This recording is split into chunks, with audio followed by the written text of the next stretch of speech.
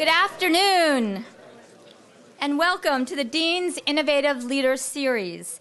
It is my great honor and pleasure to introduce to you SD Shibulal, COO and co-founder of Infosys Technologies. We are very fortunate to have Shibu here with us today to talk about his own leadership story and to discuss how to lead through complex and challenging times, which we're all well aware of as we go into yet another exciting moment in time. Before I introduce our guest of honor, I just want to remind you of our next presentation in this series. Jeffrey Hollander, co-founder of Seventh Generation, will join us on November 17th. So please mark your calendars to share how he will share with us how he is leading a truly socially responsible company. Jeffrey turned a small mail-order business into Seventh Generation, which is the nation's leading and fastest growing brand of natural products on the market. So November 17th, mark those down. Now, about today's presentation. In 1981, when Shibu and 6 of his friends came up with a business plan for Infosys, most companies in India were either family-owned or in the public sector. So there weren't many entrepreneurial organizations in India, and they were in uncharted territory. They started the company with $250. It's $250, not thousand, not million, $250 and 1 client. Still, they persevered. When Shibu first met with clients, he brought with him a world map. Pointing to the map, he'd say, here's Asia, here's China, here's Bangalore. He was literally helping to put India on the map, and he was very successful. He did literally change the way the world looks at India. But it was hard work. For nearly the first decade, Infosys struggled. But the founders, all of their passion to create something new and innovative, kept them focused. In fact, the company is based on 3 core values. First, we want to create wealth legally and ethically. So there's a strong principled piece to this story. Second, a small percentage of a growing pie is much better than a large percentage of a shrinking one. And finally, and maybe most importantly, I'm not sure, he can tell us, we believe that a good night's sleep is worth $1 billion. It's a lot of money for a good night's sleep.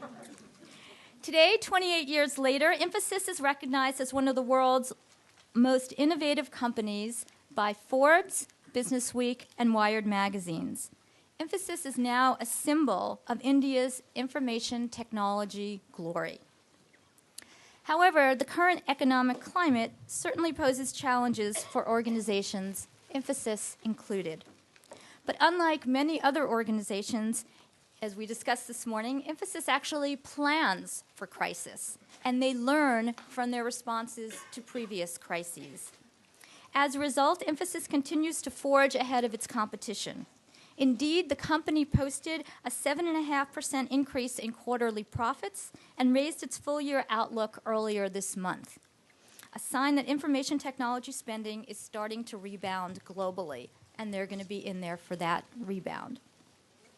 Shibu believes that investing in yourself is the most important choice you can make. He strives always to stay in competition with himself as well as others. Clearly, these are tenets that have led to the international success of Infosys as well. So please join me in welcoming today our guest speaker, a truly principled and innovative leader, SD Shibulal.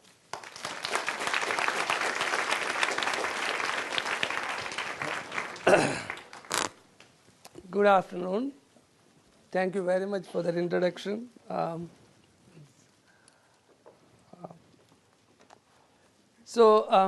It's a pleasure for me to be here. I do spend a lot of time on the road, and especially in the US, and some of it visiting universities. It's part of our charter to build a relationship with universities for the purpose of joint research, internship, as well as other partnerships. So interestingly enough, last year when I was on these rounds, and I had similar opportunity to address universities, the global economic crisis was just unfolding. And today it's full scale, and the scope is quite visible to all of us.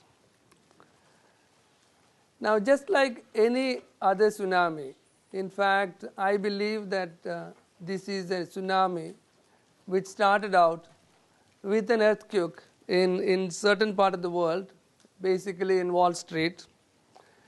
It has been felt across the world in all economies. Now, the last year has given us the time to accept it, time to digest it, and to respond, as well as to learn from this tsunami. Now, last month was our annual client conference. We have one of this every year, and during the conference, we invite our top clients. The focus of the meeting, the focus of the summit was navigating through these turbulent times, and as a company, Infosys, how can we help our clients succeed? Now, they all agreed that this is a crisis, it's an ongoing crisis, and for them to come out of it, they need to accept it, they need to acknowledge, and they need to respond very, very quickly. That was a unanimous agreement amongst our clients. If you look at the world, it is changing very, very fast. If you look at what has happened over the last 10 years, the global economies have become much more tightly integrated. They are much more closely integrated as well as interconnected. Now, with this, you have additional challenges. One can state that if the economies were not that interconnected, they were not that interrelated, this might have remained as an earthquake in Wall Street. It may not have created a tsunami across the globe. So what it means is the consequence of every action today is much more far-reaching than what it was in the past. And this crisis is a symbol, is a witness, is a clear testament to that interconnection. So in my mind, today, crises are less predictable, longer lasting, and more costly. In the future, I believe the number of crises or number of economic cycles, the boom and the bust, will be far more frequent, and they will take time to recover. Those are two of my personal learnings from this event. Now, if I look at my own experience, in the last 28 years, actually this is the third one. This is the third crisis which I am faced with as an entrepreneur, and Infosys is facing in its last 28 years of business. Now, if I look at you, and if I look at you, I can predict that you will see many more of this, because 28 years is a very long time to see 3 of them. But in my mind, somebody like you will see it much more frequently and much more deeper than what I have seen. But the critical thing is, it is not about the crisis. It is never about the crisis. It is your response. It is how you respond to those crises which will create the differentiation. That is the huge differentiator. Right? So as leaders, as business leaders, what is more important to us is how do we respond to these environment changes? How do we respond to these crises? Now, more often than not, It is mishandling of these crises and not the crisis itself that can have severe consequence for the individual as well as for the organization. There are organizations which look at these as opportunities. There are organizations which can adopt and change, and there are organizations which simply crumble under the pressure of these crises. And what differentiates these organizations? How do you differentiate, or what differentiates these organizations which on one end use them as opportunities and respond better and emerge stronger, and on the other end they crumble under these crises? And I believe that it is the leadership. It is the leadership displayed by the leaders within the organization and the organization itself. Therefore, when I got this chance to talk to all of you, I felt that an appropriate subject would be to talk about how do you manage, how do you be a leader, what is it about leadership among crises. In my mind, there are three attributes which are important to go through these kinds of environments. Number one is accepting reality. Right? Accepting that we are in the midst of a crisis, accepting that there is change. Number two is learned optimism. Right? Show the sense of hope. How do you remain optimistic in the midst of a crisis? And that also, it is not senseless optimism, it is about learned optimism. Optimism based on facts, optimism based on information. And the last one is to lead by example. The courage, the guts to lead by example in the midst of the crisis. Right? So let me start with the first one. In every crisis, the first step is to accept. And that is a very difficult thing to do. Many organizations choose to deny it, and that also in public. To accept a crisis in public can be very, very troublesome, or troublesome to the market, to your peers. And to lead, to do it upfront, that means to come out and say there is a crisis ahead of your peers is even more difficult. It takes enormous amount of courage. It takes courage, and also it takes the ability to live with the consequence of accepting that upfront. Now, this decision to accept reality is even more difficult to execute, especially if you are the first organization, if you are the first leader to come out. Let me give you two examples. So if you look at the first crisis Infosys faced, that was somewhere in 1997. Those days we were $100 million. We were quite small. So I really don't remember, how much of that impacted us, because we were quite small. $100 million of revenue is not a very large amount. So the impact may not have been felt. But the second crisis was in 2003. In 2003, we were about 1.5 billion.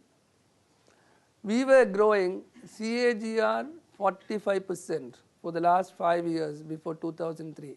You are talking about 45% CAGR growth. That means in a year, in 2 years, the organization will literally double. You are going from $200 to $400 million, $400 to $800 million. Right? We had crossed $1 billion in 2002. That is when the 2003 crisis happened. And the bubble burst. We immediately realized that, in fact, I was telling in the morning, we immediately realized that there is a problem and we will have a hit on our growth in 2003. Interestingly enough, we are the first company in India to come out with quarterly results. We publish quarterly results. We publish annual results on April 10th. March 31st is the closing of the books. On April 15th or April 12th, we will publish the results. Which means on 12th, we have to stand up in front of the world and tell them that what are we going to do next year. So we had a serious choice to make, to accept the reality that there is a crisis, that we have to pull back, our growth rate is going to come down, and go ahead and tell that to the world. And that is what we did in 2003. We were the first company to acknowledge that the growth rates will come down. It had severe implications. The markets reacted very negatively. There was serious amount of doubt in our ability to predict, right? But we clearly went ahead and did it in 2003. Now, when I look back, that decision to go ahead and predict and accept reality that it is going to come down, it is not only about guidance, it is about multiple factors.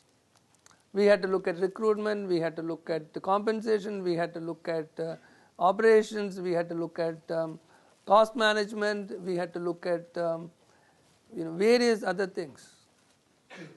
And in a sense, I was actually mentioning it in the morning that in 2003, we were nowhere as prepared as we were in 2008 to deal with the crisis. But we still went ahead and did it. And it stood us in great stead. It stood us in good stead because we gained enormous amount of credibility by doing it. Today, when we predict, when we go out to the market and predict, we are seen as the people to believe. Right? And it reinforced our transparency. It created trust with the stakeholders. So it created enormous amount of goodwill once that phase passed and once that crisis was over and we were back onto the growth path. We also explained to our employees. In fact, in 2003 was the first year in which we introduced variable compensation, because we needed to control cost, we needed to control our expenses. So this is an example where accepting reality upfront, especially in public, with your stakeholders, is the number one step when you are leading in crisis. The second point I made was about learned optimism. How do you remain optimistic in the midst of crisis? Now, learned optimism differs from simple optimism or optimism per se. It focuses the need to first understand things using information and whatever data which is available, and to distinguish things which are in our control and which are outside our control.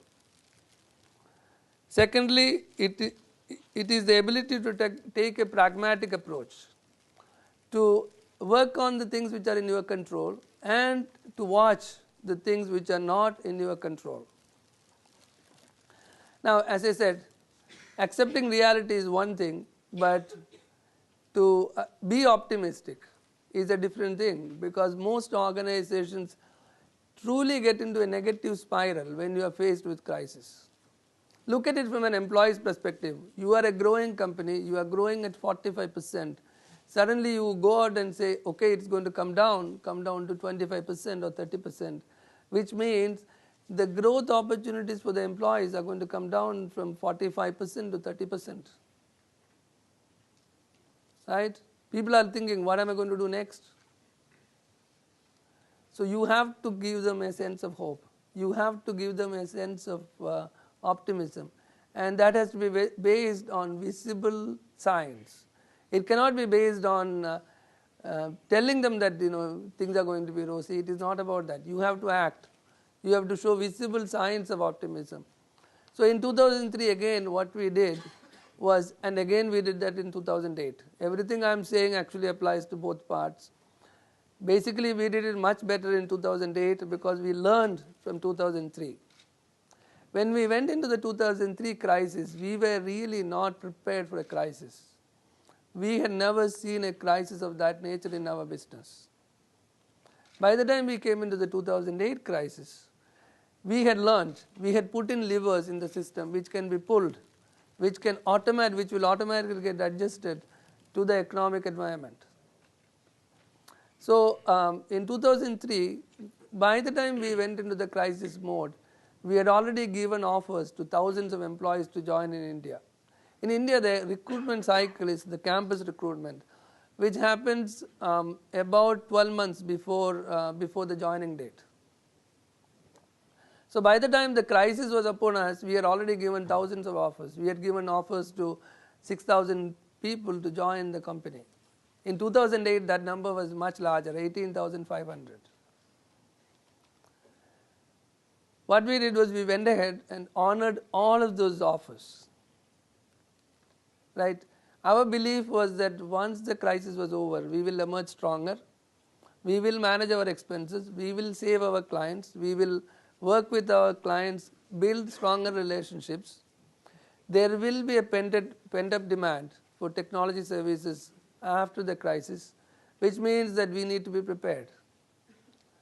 So we looked at all the numbers. It's a very interesting calculation because in our financial model, in our model of business, the cost of carrying people, especially in India, is actually quite low. So we went ahead, and while we did many other things to control the expenses, we went ahead and honored all the 6,000 offers which we had given to students in colleges. Now just imagine what this would do.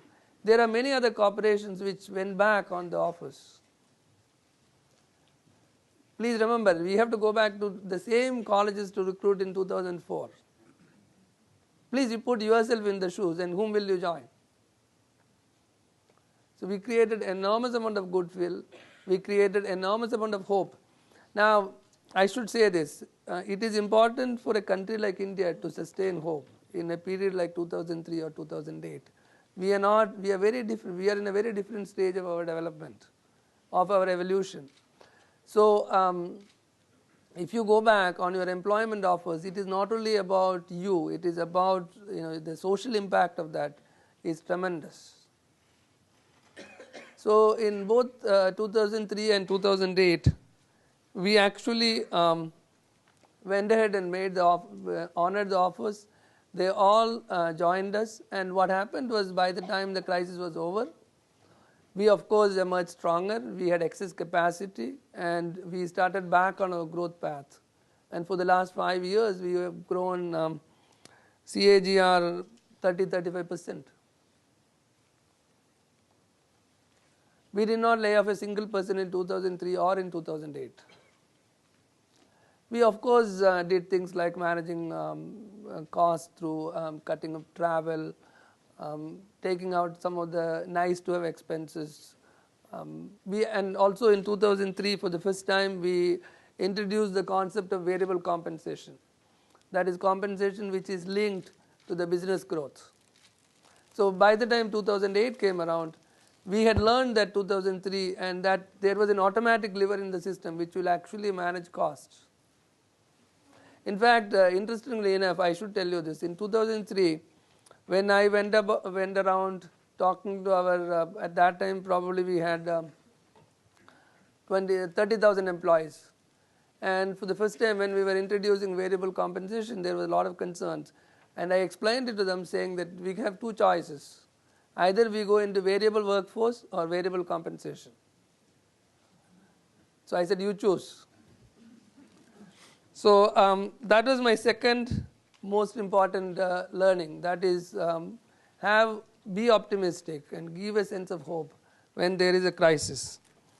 And the last one is about leading by example. And that is about leadership. It is about the leaders. In a corporation like ours, whatever we do, the impact we make sure is all the way from top to down.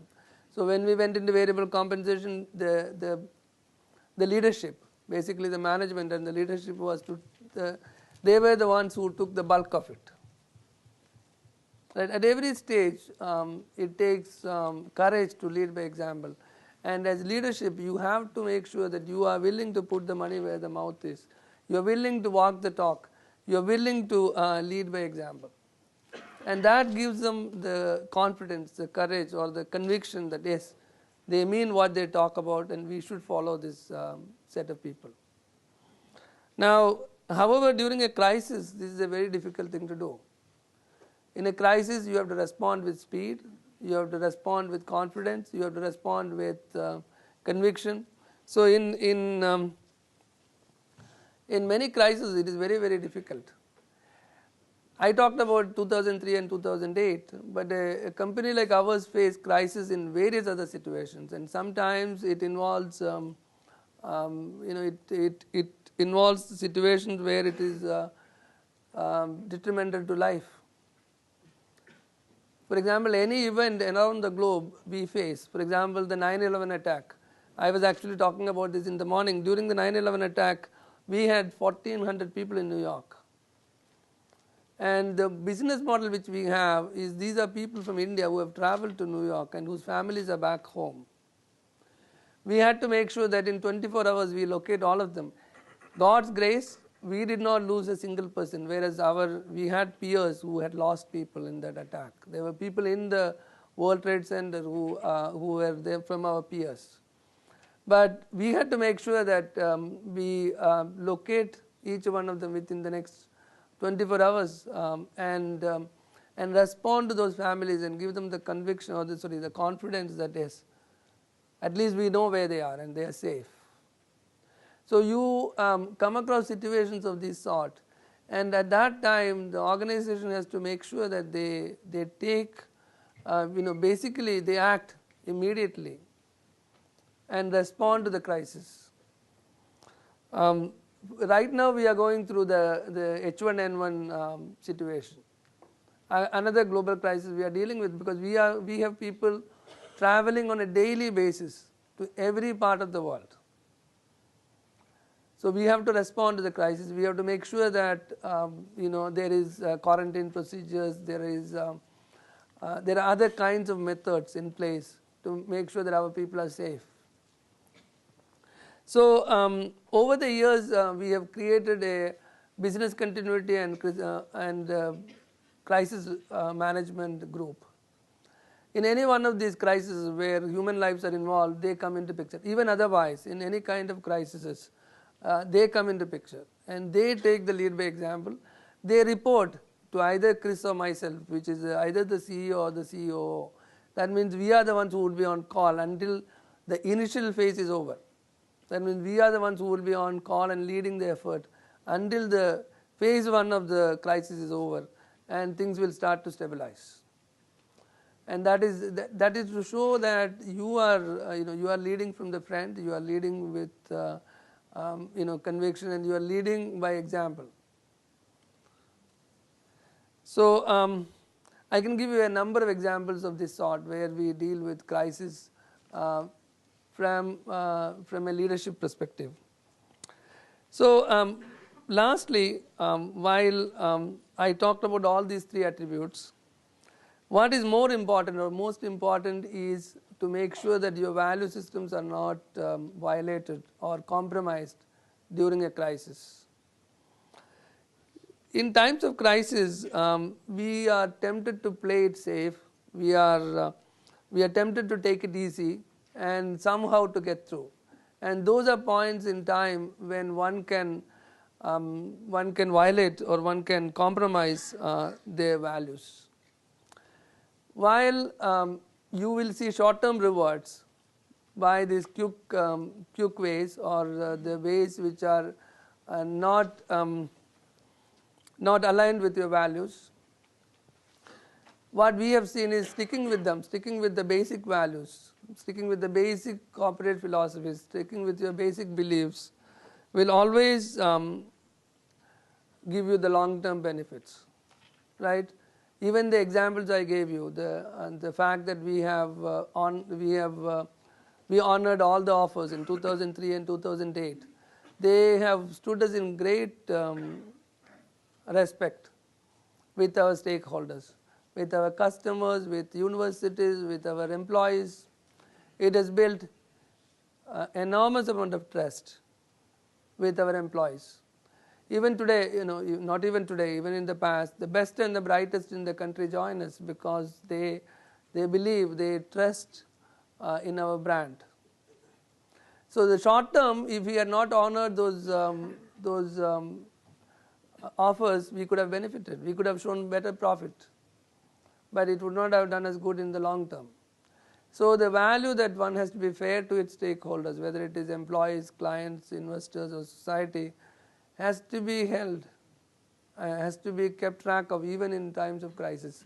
Even when it gives you short-term benefits, you have to look at the long term and you have to stick to your values. So let me conclude. And as I said, I believe that today's crises are going to be less predictable and long lasting. I also believe that you will see crises as much more frequent than I have seen and much more challenging than what I have seen. I believe that the three important learnings or three important learnings which I can share or from my experience is, number one, you have to accept the reality, you have to accept and acknowledge the crisis. Number two, one has to show as leader, one has to show a learned optimism. It has to be based on actions, it has to be based on facts. And the last one is, as leaders, you have to lead by example, you have to be in the forefront, you have to show sacrifice, you have to show concern, and you have to lead by example.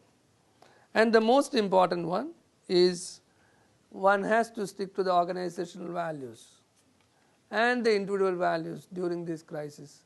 One should not compromise the long term for the short term. So finally, I believe that this is equally important for us as individuals. An organization is nothing but it's a collection of individuals who work towards a common cause. Hence, developing these attributes at the organizational level will involve inculcating them at a personal level too. So as leaders, we need to believe and we need to act, and that is what creates an organizations which tend to do the same way. I believe that when each one of us is faced with personal crisis, our best response is to accept them, to be optimistic, and to have the courage to lead from the front. And if while doing so, if we can hold on to our values, we will come out great. Thank you.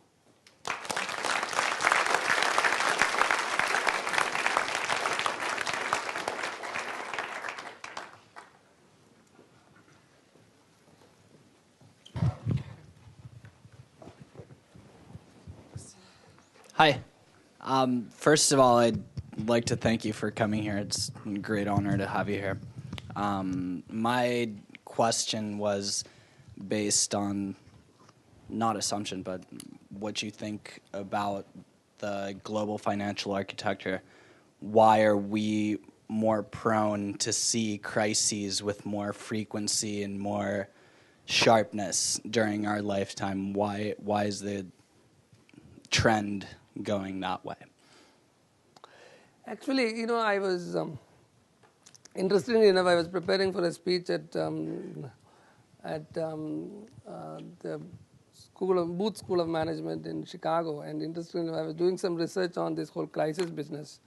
Now, this is not the first time actually we have seen it. We have seen it for the last 100 years.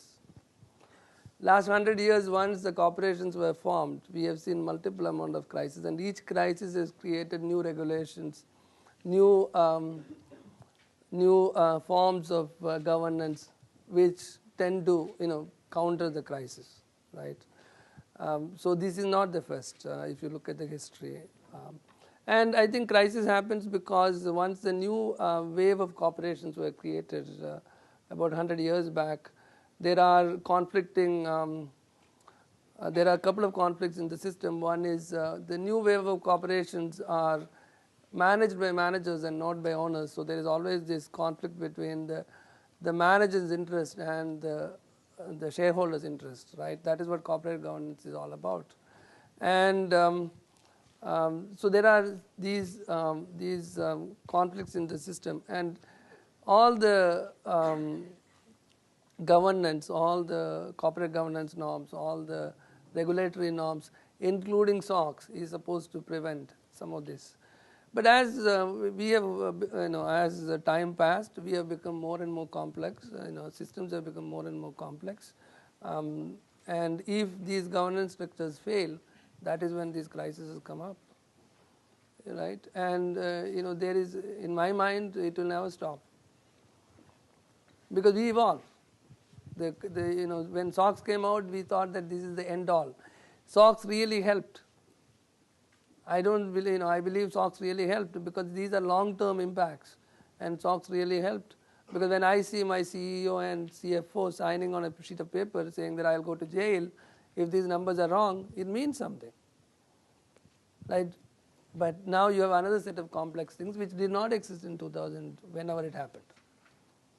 So now you have to go back again and redraw it.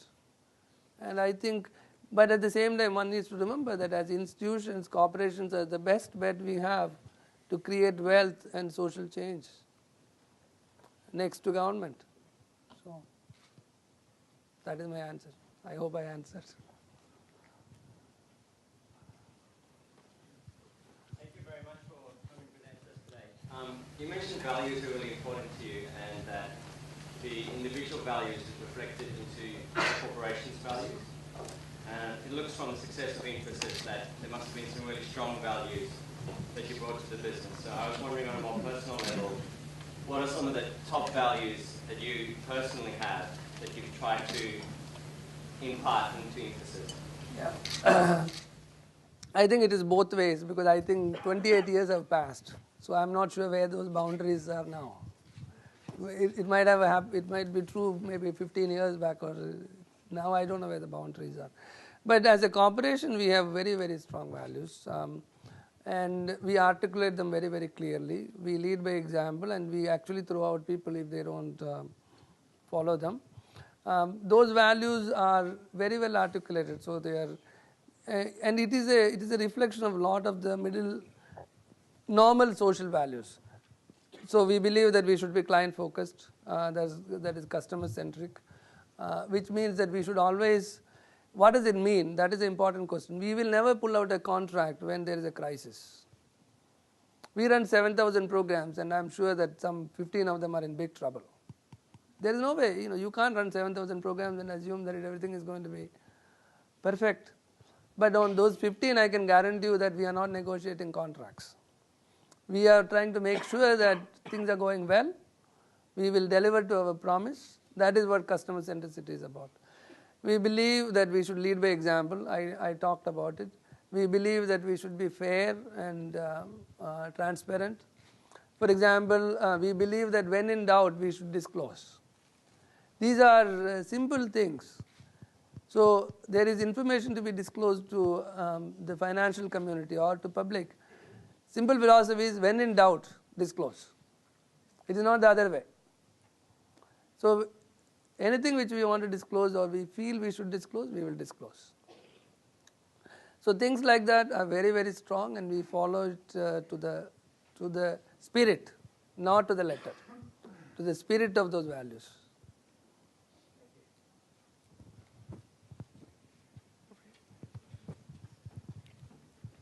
Hi. So in emerging markets, you tend to see a lot of really interesting dynamics between, I guess, regional, political, and business interests. So how have you approached that, and whether that approach has changed during times of crisis? So, actually, building an entrepreneurial organization in a country like India in the 80s or 90s was a very, very tough business. Because the regulatory environments were not at all, it is not even being, it was never there. They were never there when we were building Infosys. So you are pioneering. We, as the speaker said, we have always believed that we should operate within the legal and ethical boundaries. So we have always operated within the legal and ethical boundaries of every country which we operate in. Now, going back to your question on the government interventions in the current crisis. See, even in India, government did intervene, but not in so much drastic manner as what had happened here. So there was no, major regulatory constraints or something which came up. Also, I want to point out that our revenue from India is only 1%. We are a global corporation, so we got impacted by all the other regulations. So when you have TARP regulation here, or when you have H1 regulation here, or when you have something else happening in Europe, we get impacted. And we need to be prepared. We need to, very honestly, I want to say this, we don't manage the environment. We just accept the environment and operate within the boundaries.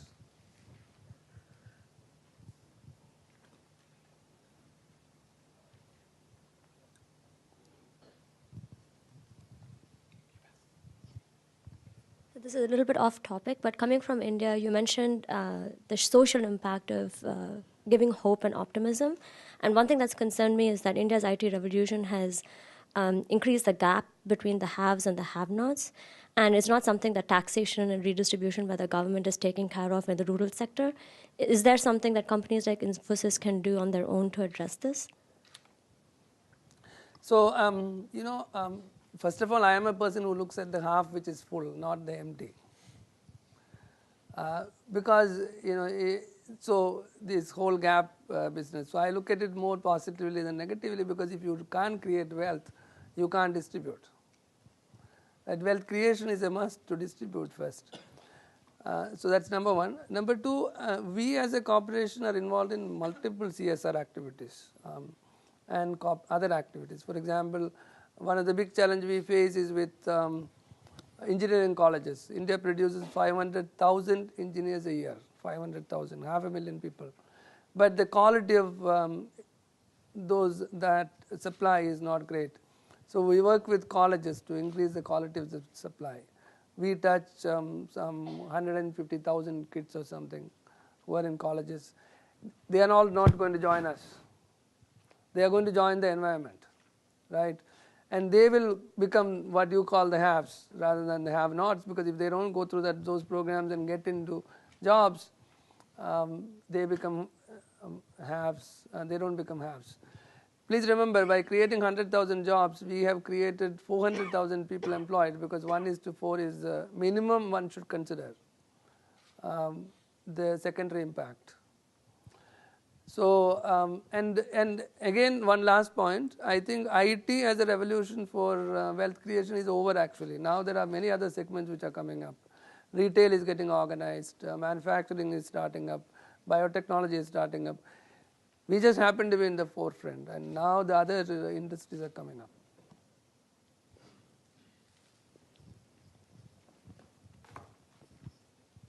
A couple of your contemporaries have recently joined the Indian government and have taken on some very notable social challenges. I was curious, just in your perspective, what are some of the other major issues that India continues to face, and what is your perspective on how we should go about solving them? So I think India continues to face some of the very basic challenges. While very, very basic challenges, education is a big challenge because even though secondary education is guaranteed by law, you still have a huge number of kids who are not in school. So that's one big challenge. Basic healthcare is a very big challenge because the universal affordability of basic healthcare is still very poor in India. And the third is infrastructure. Now, infrastructure continues to be a big challenge. In my mind, I think these issues cannot be sorted out by government alone. They need to look at government, public-private partnerships in each of these segments. And there is move. So let us not, for example, it is quite possible that in the next 5 years or so, India will get open to foreign universities to operate. So that will be a big step. Imagine India produces 500,000 engineers and 2.3 million graduates. Now this is a country where 30% of the people are below the age of 14, which is some 180 million people, kids. So you look at the gap of, so we need to look at ways of involving other people into the system to sort out some of these things. Government is definitely doing. In fact, the new government which just came into power, they have come in with a lot of mandate, a lot of conviction, and a lot of progressive ideas. So I think we are on to the next phase of development.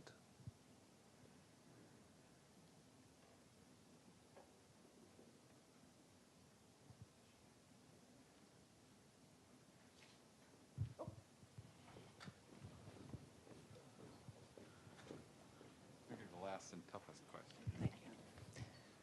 Well, I guess I can ask a tough question now. A few years ago, I did an analysis of Infosys and noticed that your revenue growth was largely a one-to-one ratio with your headcount growth. So I did a little quick calculation and figured out that in about 25 years, the entire population would be working for Infosys if you grew at this rate. And I also visited your training facility in Mysore. And I was doing a calculation that year and figured out to continue growing at 40%, you had 60,000, 65,000 employees or so, you'd have to hire 30,000 people. And that's exactly the number of people you hired that following year. So, but the challenge seems enormous to be able to integrate so many thousands of people. Can you continue this kind of growth rate as a services company, or do you have another strategy for getting some kind of economies of scale or scope so that you can break that one-to-one ratio? So answer to both is absolutely yes. The first one, and I don't want to rely on history, but every organization, I think there are points in time when you go through these barriers. So at least other people have at least told me that. So when we were crossing $100 million, it was considered as a barrier by many. Then it went to 500 million. Then it went to $1 billion. I think those questions are now actually, when I meet at least the financial analyst community, they don't ask me those questions. They believe we can go. But your question is extremely valid, and I have two answers. We have built an organization which is very scalable by semi-decentralizing it. And that's how we got from 10,000 to 100,000, right? So in my mind, I think it can easily hold good for a few more 100,000s. But if you look at Indian Railways, they have 1 million people. So we are actually tiny compared with Indian Railways. And if you compare with some of the other corporations, of service corporations, the numbers are not that large. The second part of the thing is we are looking at intellectual property based revenue streams. So now we are getting into products. We have done it in the past. In the past 2 occasions we spun it off. We actually created a spin-off. Now we are looking at it internally. So we have today a product out in the market for Shopping Trip 360. We have a number of products. Shopping Trip 360, digital consumer, the supply chain visibility, then so there are a number of products which are coming out, and those products are supposed to create non-linear growth, what we call non-linear growth. We also have a new set of engagement models with the clients which would reduce the linearity, because we understand the linearity problem, so we are also trying to do it. But if I just play the numbers, even if I convert 30% of my revenue into non-linear growth and reduce the effort by 50%, I will only save 15% of my total number. That means when I have to be 300,000 people, I will be 250,000 people. So it is still a challenge. I'm saying even if I take 30%, right now the number is 4.5%. So if I take it to 30%, reduce the effort on that by 50%, I will save 15%. On a 300,000 people, that will be 45,000 people, I will be at 250,000 people. So it's a challenge. So we have to do both. We cannot rely on one and assume that the other problem is going to go. So we have to build the scalability in the system. We have to look at the other one simultaneously. It has been absolutely wonderful. Thank you very much. Please join me in thanking Shibu for coming.